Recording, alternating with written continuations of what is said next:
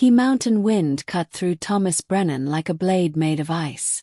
At 63 years old, his body had memorized the language of cold, but this particular morning felt different, personal, as if winter itself had decided to settle accounts with him. He stood at the edge of the frozen lake, his breath forming small clouds that disappeared into the gray dawn, and wondered not for the first time if this was the day he would simply stop. Stop moving. Stop trying. Stop existing in a world that had taken everything that mattered and left him with nothing but the echo of what used to be. The cabin behind him sat dark and cold. He had not lit the stove in 2 days. Had not bothered with food beyond a few crackers and water. The motions of living had become increasingly theoretical, a set of actions he remembered but could no longer summon the energy to perform. His daughter Claire had called 3 weeks ago. The phone had rung 15 times while Thomas sat in his chair and watched the snow fall outside the window. She would have left a message. He had not listened to it. What could he possibly say to her that would not sound like an accusation? I was not there when you needed me. I was always somewhere else, chasing the next assignment, the next story, the next photograph that might finally be good enough to justify all the absences. And now that I want to be here, want to try again, I do not know how to bridge the distance I created. Thomas had been a documentary photographer for 40 years. War zones, refugee camps, natural disasters. Places where human suffering was concentrated and distilled into images that might, if he was lucky and skilled, make people care for 5 seconds before they scrolled past to something easier. He had won awards. His work had appeared in magazines and museums. He had documented the slow collapse of communities and ecosystems and entire ways of life. And in the process, he had let his own life collapse so gradually he barely noticed until it was too late. His wife Sarah had died 3 years ago. Cancer, swift and merciless. She had been the steady center around which his chaotic career had orbited. The person who made his absences possible by holding everything together at home. By raising Claire almost single-handedly. By never complaining about the weeks and months he spent in distant places pursuing a vision of meaningful work that somehow never included the work of being present for the people who loved him. After Sarah died, Thomas had retreated to this cabin in Montana. It had been Sarah's dream. A place to escape to eventually, she had said, when they were old and Thomas was finally ready to stop running. But they had never made it to old together. She had been 58 when the cancer took her, and Thomas had been left with a cabin he had visited twice and a daughter who spoke to him with the careful politeness of someone addressing a stranger she once knew. The isolation had seemed merciful at first. No one to witness his grief. No one to perform normalcy for. Just the mountains and the silence and the slow realization that he had spent his whole life documenting other people's pain while carefully avoiding his own. This morning, like most mornings recently, Thomas had woken with the familiar weight of purposelessness pressing on his chest. The camera equipment that had defined his identity sat unused in its cases. The computer held thousands of images from a life that felt increasingly like it had belonged to someone else. He had started taking long walks with no destination, moving through the winter landscape like a ghost passing through the world without touching it. Today's walk had brought him to the frozen lake, and he had been standing here for perhaps an hour, watching the light change when he heard it. A sound so faint he thought at first it was his imagination. Cry. Desperate. Animal. Holmes turned his head slowly, listening. There it was again. Coming from somewhere beyond the tree line to his left. A keening sound that spoke of fear and pain and the kind of desperate need that transcends species. He should have kept walking. Should have told himself it was nature taking its course, the brutal mathematics of predator and prey that governed this landscape. But his feet were already moving before his conscious mind caught up. Because somewhere in the numb center of his chest, something had stirred. Something that remembered what it felt like to care about a living thing suffering. He pushed through a stand of pine trees, following the sound, his boots crunching through snow that came up to his knees. The crying grew louder, more urgent, and then he saw it. A small shape huddled against a fallen log, barely visible against the snow. At first, Thomas thought it was a fox kit or perhaps a young coyote. But as he moved closer, his photographer's eye registering details automatically, he realized what he was looking at was impossible. Snow leopard cub, perhaps 2 months old, covered in soft gray fur marked with rosettes. Eyes huge and blue-gray, filled with terror. The cub was shaking violently, so cold that its muscles had begun to seize. Thomas knelt in the snow, his knees protesting, and looked around for the mother. Nothing. No tracks except the cub's own small prints trailing from deeper in the forest. No sign of the fierce protective presence that should have been nearby. He looked back at the cub and saw in those eyes the same thing he had seen in mirrors for 3 years. Abandonment. The world-ending realization that the person who was supposed to keep you safe was gone.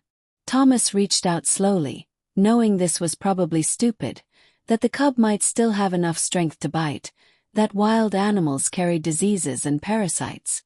But his hands were already moving, pulling off his gloves, reaching for the trembling body. The cub tried to pull back but had no strength. It cried again, a sound so small and broken that Thomas felt something crack open in his chest. He pulled open his heavy coat and lifted the cub gently, tucking it inside against his thermal shirt, against the skin of his stomach and chest. The cold of the small body was shocking, like holding a piece of winter itself. The cub struggled weakly for a moment, then went still, either from exhaustion or the recognition that this human represented its last chance at survival. Thomas zipped his coat closed and began walking back toward the cabin, one hand pressed against the outside of the coat where the cub rested. He could feel the rapid flutter of its heartbeat against his ribs. Fast and desperate and somehow still fighting. The walk back seemed endless. Thomas moved as quickly as he dared, trying not to jostle the cub too much, trying to keep his own body heat steady and constant. He found himself talking in a low murmur. "Hang on. Almost there. Just keep breathing. Have got you." The words were ridiculous. The cub could not understand English. But Thomas kept talking anyway because the alternative was silence, and the silence felt like giving up. Inside the cabin, Thomas stripped off his coat carefully and laid the cub on the couch near the cold stove. The small body was limp, eyes half closed. Thomas built a fire with shaking hands, feeding kindling and logs until the stove roared to life. Heat began to fill the small space. He grabbed every blanket he owned and built a nest on the couch, then placed the cub in the center, covering it gently. The animal's breathing was so shallow he had to lean close to confirm it was still alive. Thomas had no idea what to do next. He was a photographer, not a wildlife rehabilitator. The nearest veterinarian was probably 50 miles away, and the roads were impassable with snow.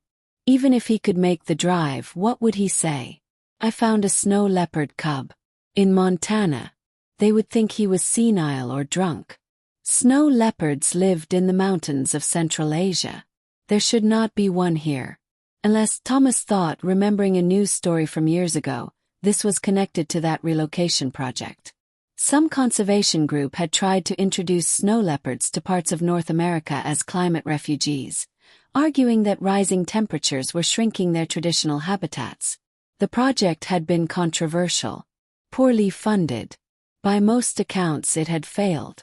Thomas had paid little attention at the time. It had not seemed like his concern. Now, looking at this small freezing creature that should not exist on this continent, Thomas felt the full weight of that failure. This cub was the consequence of human ambition meeting the harsh reality of nature. An orphan in a landscape that was not quite home. He went to his kitchen and found the supplies he had been ignoring for weeks. Powdered milk. He mixed a weak solution with warm water, testing the temperature on his wrist the way Sarah used to do when Claire was a baby. The muscle memory of fatherhood that he had mostly failed at but apparently still retained. He soaked a clean cloth in the mixture and returned to the couch.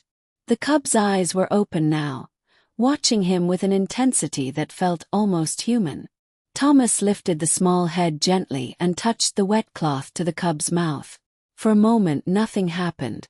Then the tiny pink tongue emerged and began to lick at the cloth with desperate urgency. Thomas felt tears on his face and realized he was crying. Not the empty grief that had accompanied him for 3 years, but something different. Something that hurt more because it felt like hope, and hope was dangerous. Hope meant caring. Hope meant being vulnerable to loss all over again. He fed the cub slowly, letting it suckle on the cloth, replacing the cloth when it dried. After 20 minutes, the cub's shaking began to ease. After an hour, its eyes were fully open and tracking Thomas's movements. After 2 hours it made a sound. Not the desperate crying from before, but something softer. Chirp. Questioning. Thomas looked into those blue-gray eyes and said quietly, "You are going to make it. I do not know how, but you are going to make it." The cub chirped again, and Thomas felt the weight on his chest lighten for the first time in 3 years. He had a purpose. This small, impossible creature needed him completely and without reservation. There was no complexity to it. No past failures to navigate. Just the simple immediate need to keep something alive that wanted to live. Over the next 3 days, Thomas fell into a routine that was more demanding than any work schedule he had kept during his career. The cub needed feeding every 4 hours. Needed constant warmth. Needed its small body stimulated with a warm cloth to help it eliminate waste, mimicking what a mother's tongue would do. Thomas barely slept. He moved between the couch and the kitchen, between heating water and soaking cloths, between monitoring the cub's temperature and building up the fire. The cub grew stronger each day. By the 4th day, it could stand on wobbly legs for a few seconds before tumbling over. By the 5th day, it had begun to explore, sniffing the couch cushions and batting at Thomas's hand with paws that were comically oversized for its small body. Thomas photographed everything without thinking about it. His camera emerged from its case for the first time in 3 years, and he found himself capturing images not for any audience but for himself. The cub sleeping in a shaft of sunlight. The cub attempting to climb onto his lap and failing. The cub's first successful journey from the couch to the floor and back again. Each image was evidence. Proof that something small and fragile could survive with the right care at the right moment. He named the cub River, because its movements reminded him of water finding its way around obstacles. Flowing. Persistent. Impossible to contain. River responded to the name within days. Ears swiveling toward Thomas whenever he said it, those intelligent eyes focusing with laser precision. The cub followed him everywhere, crying if Thomas went to another room, settling only when back in physical contact. Thomas found himself talking to River constantly, explaining what he was doing, describing the snow outside, telling stories about Sarah and Claire and the life he had lived before this cabin. River listened with perfect attention, purring, a sound like distant thunder that Thomas felt through his whole body when the cub was pressed against him. At night, River slept on Thomas's chest, a warm weight that anchored him to the present moment in a way nothing else had managed since Sarah's death. By the end of the first week, Thomas realized he needed supplies he did not have. More powdered milk, proper bottles, information about snow leopard development and care. The roads were barely passable, but he made the drive to town, leaving River in the nest of blankets with a hot water bottle wrapped in towels. The entire trip, Thomas felt anxious in a way he had not experienced since Claire was an infant.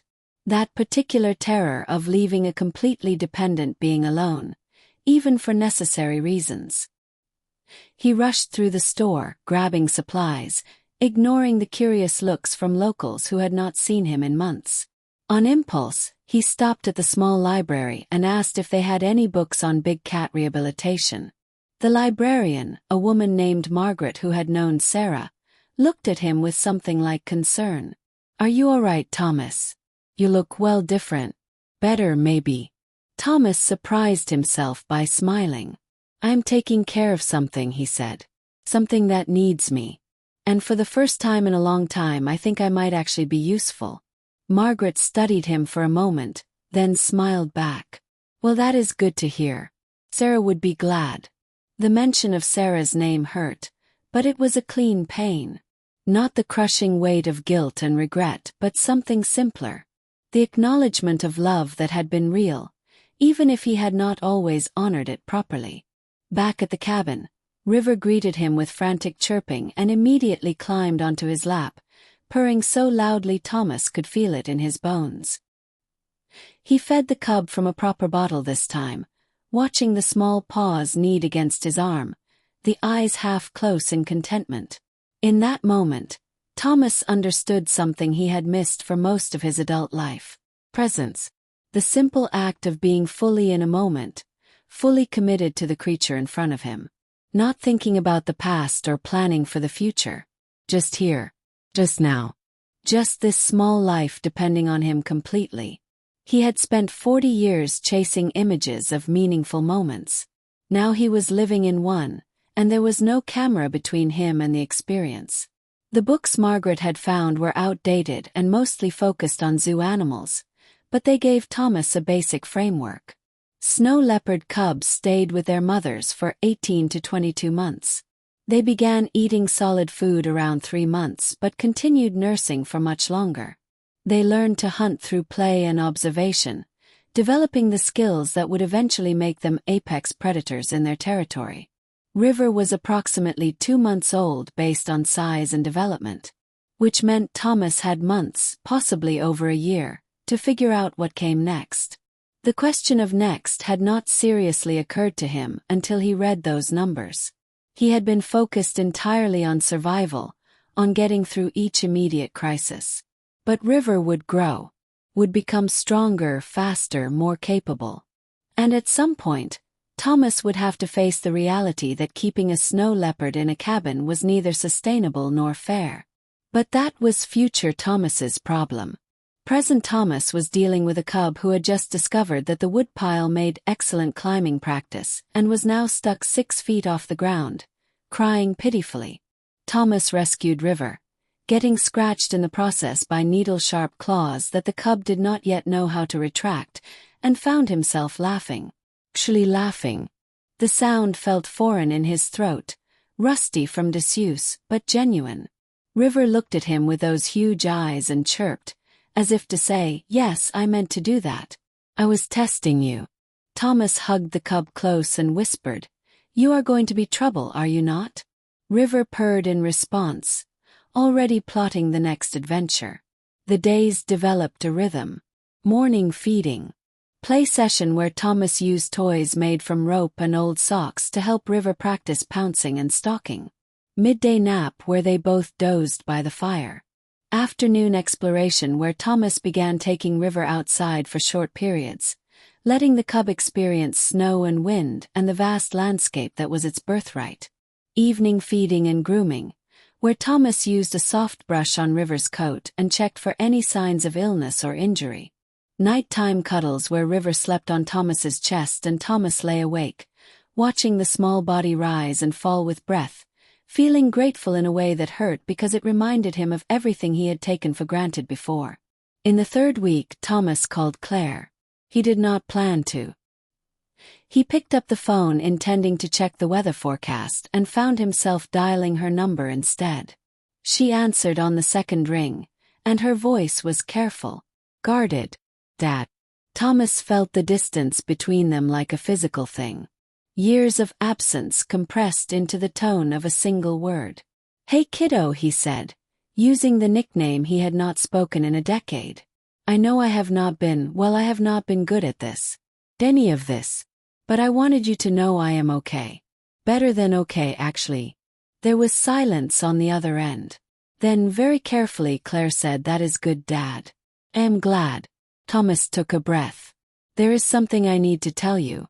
It is going to sound strange, but I need you to just listen for a minute." And he told her. About finding River. About the past 3 weeks. about how taking care of this small creature had somehow pulled him back from an edge he had not fully admitted he was standing on. Claire was quiet for a long time after he finished. Then she said, her voice thick, "You found a snow leopard cub in the Montana wilderness and you have been hand-raising it in your cabin." Thomas laughed, hearing how absurd it sounded. "No. I know how it sounds. But Claire, I swear I am not having some kind of breakdown. If anything, I think this is the first clear-headed thing I have done in 3 years." Another pause. Then, quietly, Claire said, "Can I come visit? I want to meet him." Or her. Thomas felt tears on his face again. River. "Yes. God, yes, please come visit."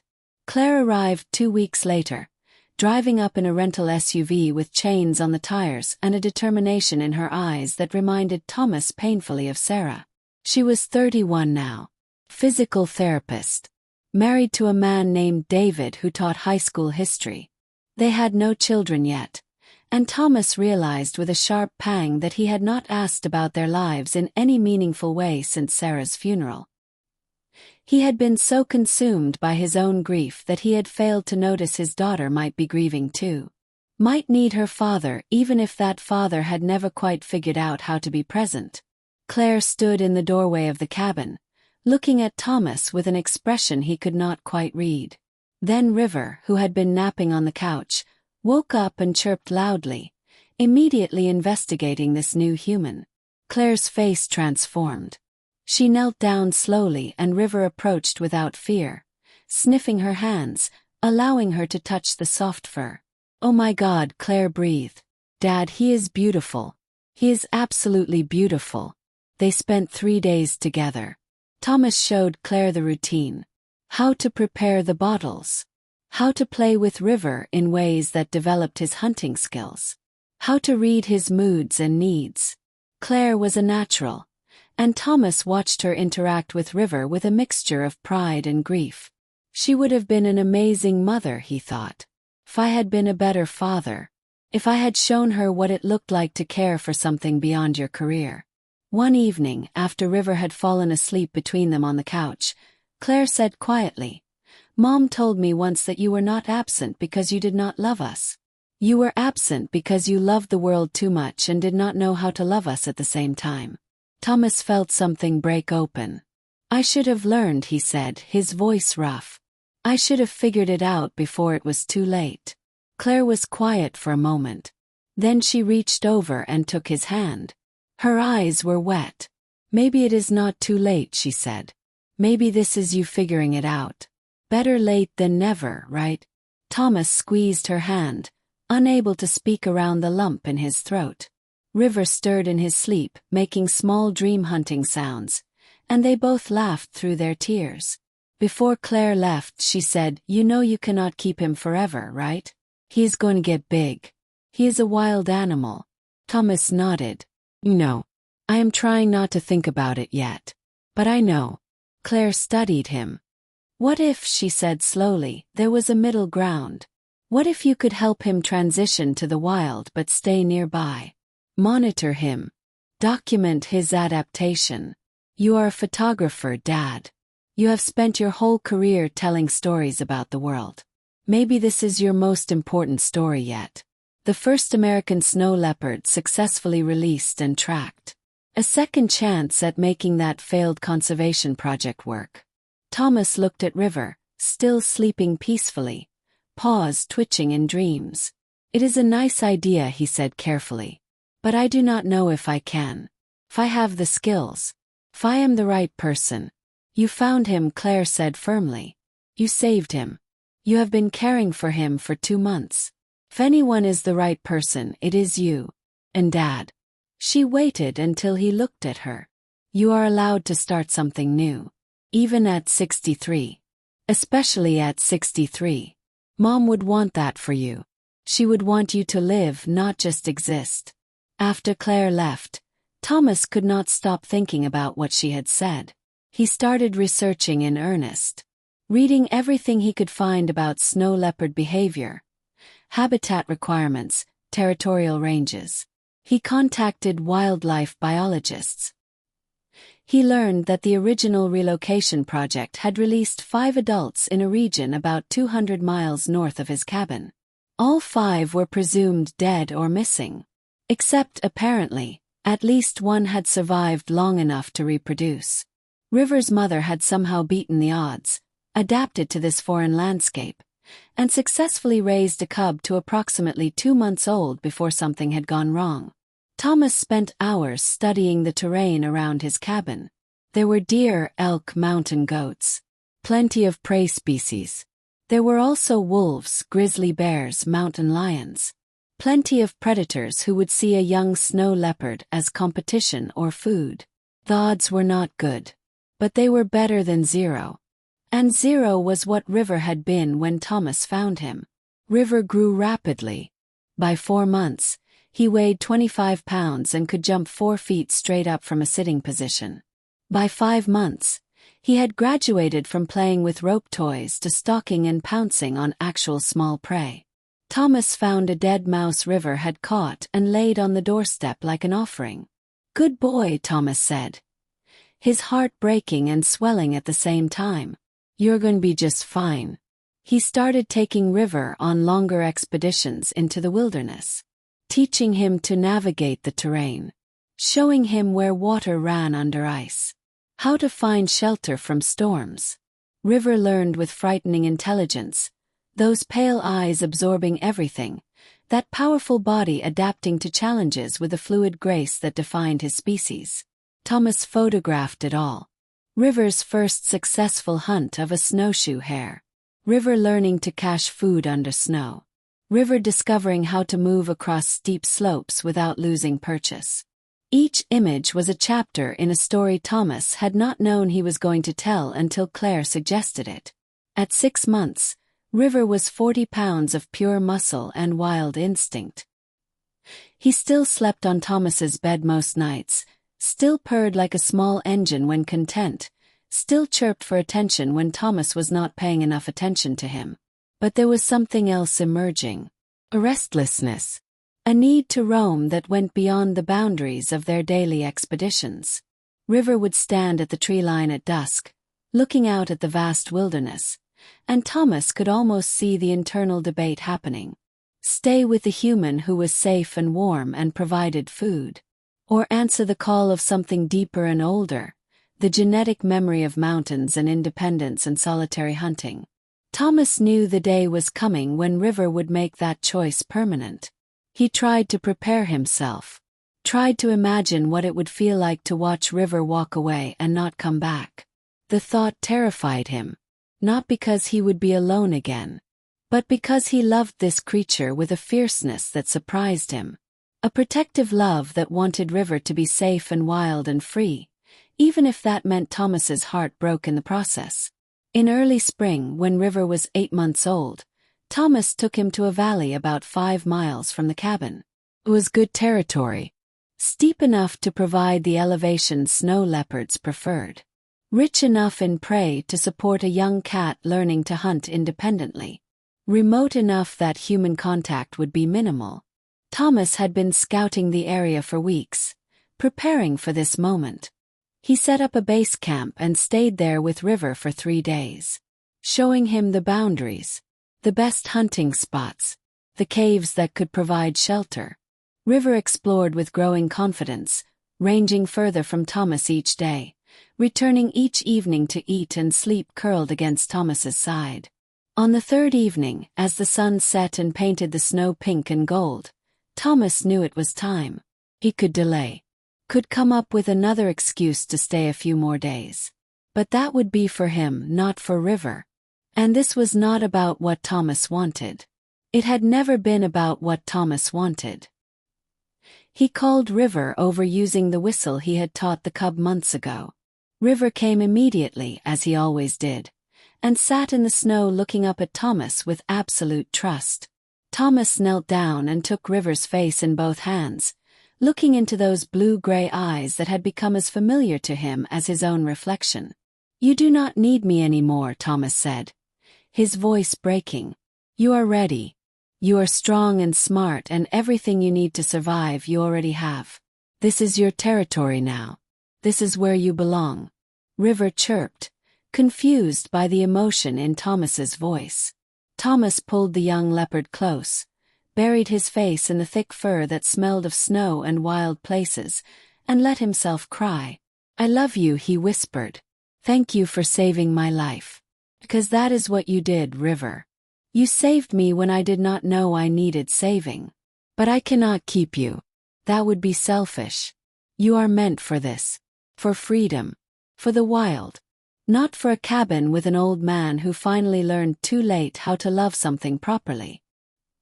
He stood up, shouldering his pack, and began walking back toward his camp. He did not look behind him. If he saw River's confusion, he would not be able to leave. He made it 200 yards before he heard the footsteps following. Soft paws on snow. Thomas stopped and turned around. River sat 50 feet back, head tilted in question. Thomas said firmly no. River chirped, took several steps forward. Thomas felt his heart crack down the middle. He turned and kept walking, faster now, trying to create distance between them. The footsteps followed. Every instinct screamed at him to go back, to take River home, to keep him safe for just a little longer. But Thomas had learned, finally, that real love meant letting go. Meant trusting that you had given enough, taught enough, loved enough for the creature to survive without you. He tried 5 more times over the next week. Each day, Thomas would take River to the valley. Spend time there. Then leave. Each time River followed him home. But on the 6th day something shifted. Thomas felt it in River's body language. A new confidence. A sense of ownership over the territory. River had been returning to the valley between Thomas's visits, establishing routines, learning the land. Thomas left as he had before, fighting every instinct to turn around. He walked the trail with tears blurring his vision, listening for the sound of footsteps behind him. Nothing. Silence. After 10 minutes, he stopped and turned slowly. The valley was visible in the distance, and on a high rock formation, backlit by the setting sun, a pale shape sat watching. River. Still there. Choosing to stay. Thomas raised one hand in farewell. The shape on the rock remained motionless. Thomas whispered, "Goodbye, River. Be safe.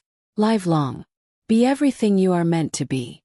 Then he turned and walked back to the cabin alone. The cabin felt impossibly empty. The silence was crushing. Thomas lay in his bed that night, feeling the absence of weight on his chest, the absence of purring, the absence of small sounds that had meant River was safe and close.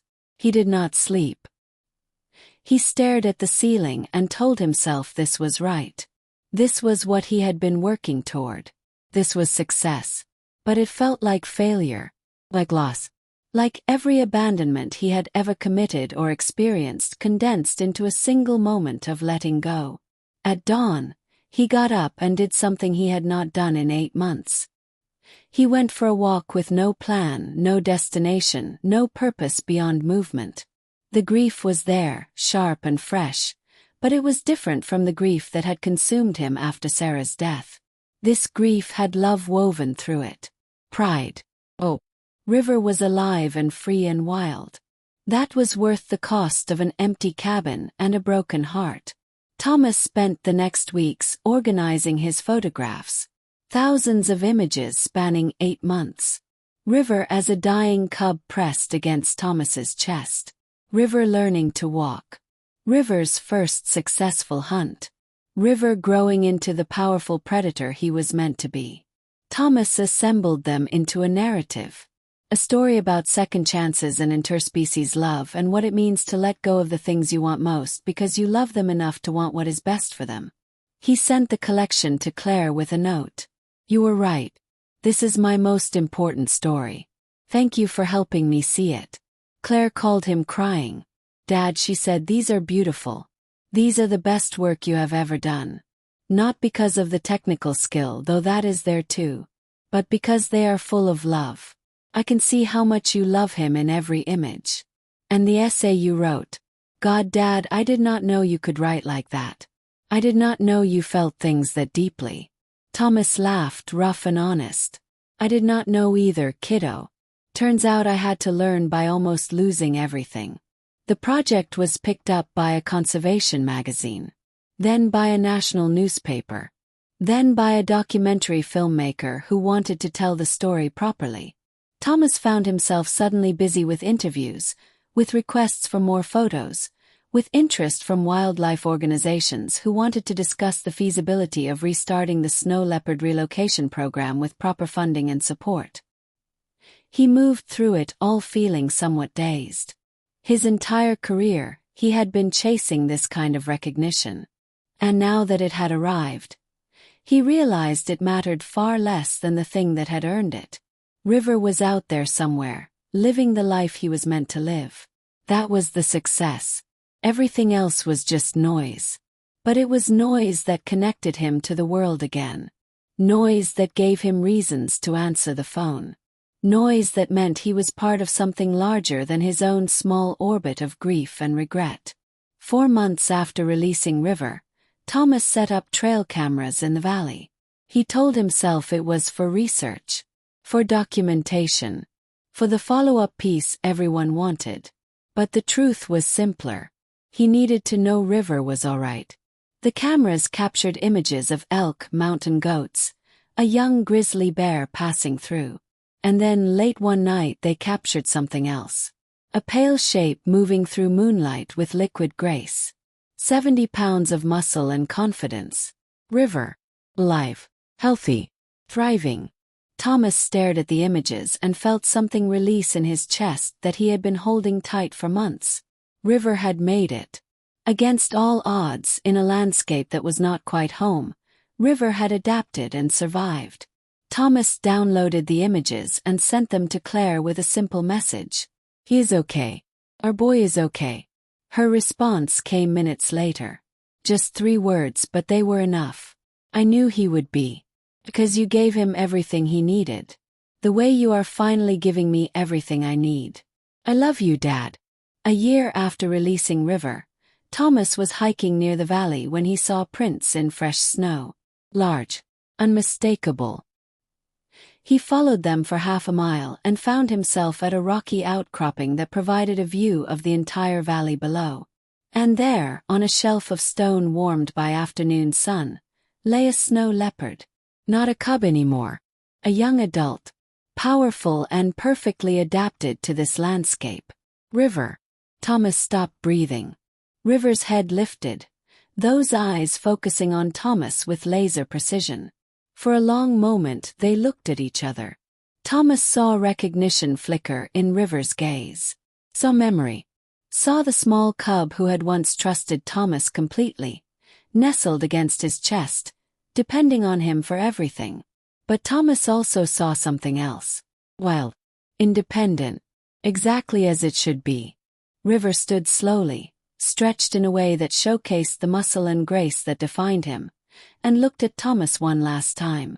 Then he turned and walked away, disappearing into the rocks with the silent efficiency of a ghost. Thomas stood there long after River vanished, tears streaming down his face, feeling a strange mixture of heartbreak and joy. He had given River freedom. And River had chosen to use that freedom to become exactly what he was meant to be. Thomas walked back to his cabin as sunset painted the mountains in shades of gold and purple. Inside, he built a fire and sat in his chair with his phone in his hand. He called Claire without rehearsing what he would say. She answered on the first ring. Hey, Dad. Thomas took a breath.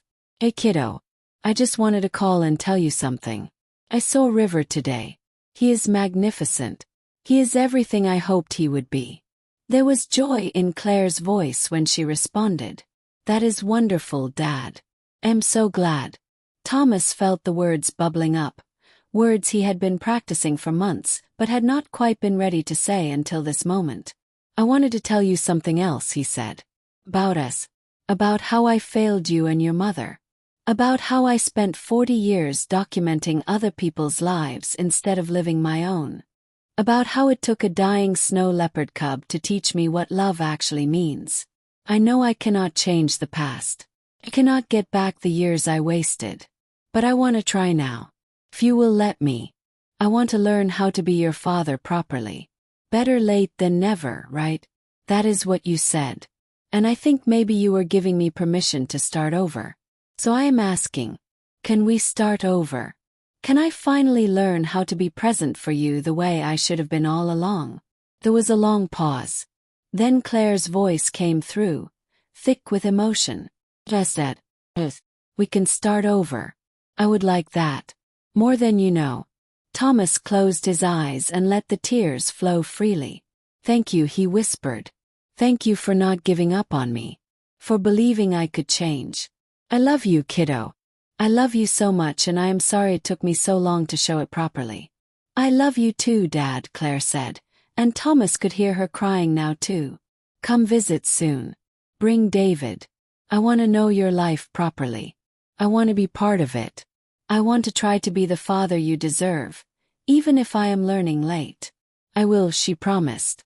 We will come next month. And Dad. Thomas waited. She said softly, Mom would be so proud of you. She always believed you would figure it out eventually. She used to tell me that you had the biggest heart of anyone she knew. You just did not always know what to do with it. Sounds like you are learning now. I am trying, Thomas said. I am finally trying. That night, Thomas lay in his bed and thought about the strange journey that had brought him here. From the edge of giving up entirely to this moment of tentative hope. From complete isolation to reconnection with his daughter. From seeing himself as a failure to understanding that it was never too late to change, to grow, to become the person you should have been all along. He thought about Sarah, about how she had loved him despite his absences, how she had always seen potential in him that he had been too blind or too stubborn to see himself. He thought about Claire, about the grace she was showing him in allowing him this second chance. And he thought about River, about a tiny frozen cub who had somehow contained the strength to survive, to adapt, to thrive against impossible odds. River had saved Thomas's life twice. Once by giving him a reason to keep living when he had forgotten why that mattered. And again by teaching him, through the heartbreak of letting go, that real love meant wanting what was best for someone even when it cost you everything. That the deepest connections were not about possession or control, but about helping each other become who you were meant to be. Thomas fell asleep thinking about tomorrow. About calling Claire again just to hear her voice. About planning a trip to visit her and David. About the documentary project and the book deal and the conservation organizations who wanted his expertise. About trail cameras that needed checking and photographs that needed editing and a story that needed telling about second chances and impossible rescues and what it means to love something enough to let it go. He fell asleep thinking about River, somewhere in the wild darkness, curled in a den or stretched on a warm rock, living the life he was meant for. Free. Wild. Exactly as it should be. And for the first time in 3 years, Thomas fell asleep feeling at peace. The grief was still there. It would always be there. Sarah's absence would never stop hurting. But it was no longer the only thing he felt. There was love too. Connection. Purpose. The fragile hope that maybe, just maybe, it was not too late to build something meaningful from the ruins of what he had almost thrown away. In the morning, Thomas woke to fresh snow and clear sky. He made coffee, the familiar ritual grounding him in the present moment. He looked out at the mountains and thought about the pale ghost moving through them. The ghost of the mountains. The miracle that should not have survived but did. River. Thomas raised his coffee mug in a silent toast. Thank you, he whispered to the wilderness. Thank you for letting me save him. Thank you for letting him save me. Thank you for giving an old man one last chance to learn what it means to love something completely. Then he picked up his phone and called his daughter, ready to start the hard work of rebuilding what he had nearly lost, ready to become the person he should have been all along, ready to live instead of just exist. Ready, finally, for whatever came next. Because River had taught him the most important lesson. Survival was not just about getting through each day. It was about finding the things worth surviving for. And Thomas had found them. His daughter. His work. The wild things that needed protection and the stories that needed telling.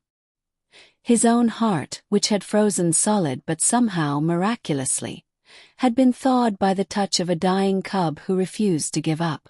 The cabin no longer felt like a hiding place. Felt like a beginning. And Thomas Brennan, at 63 years old, was finally ready to begin.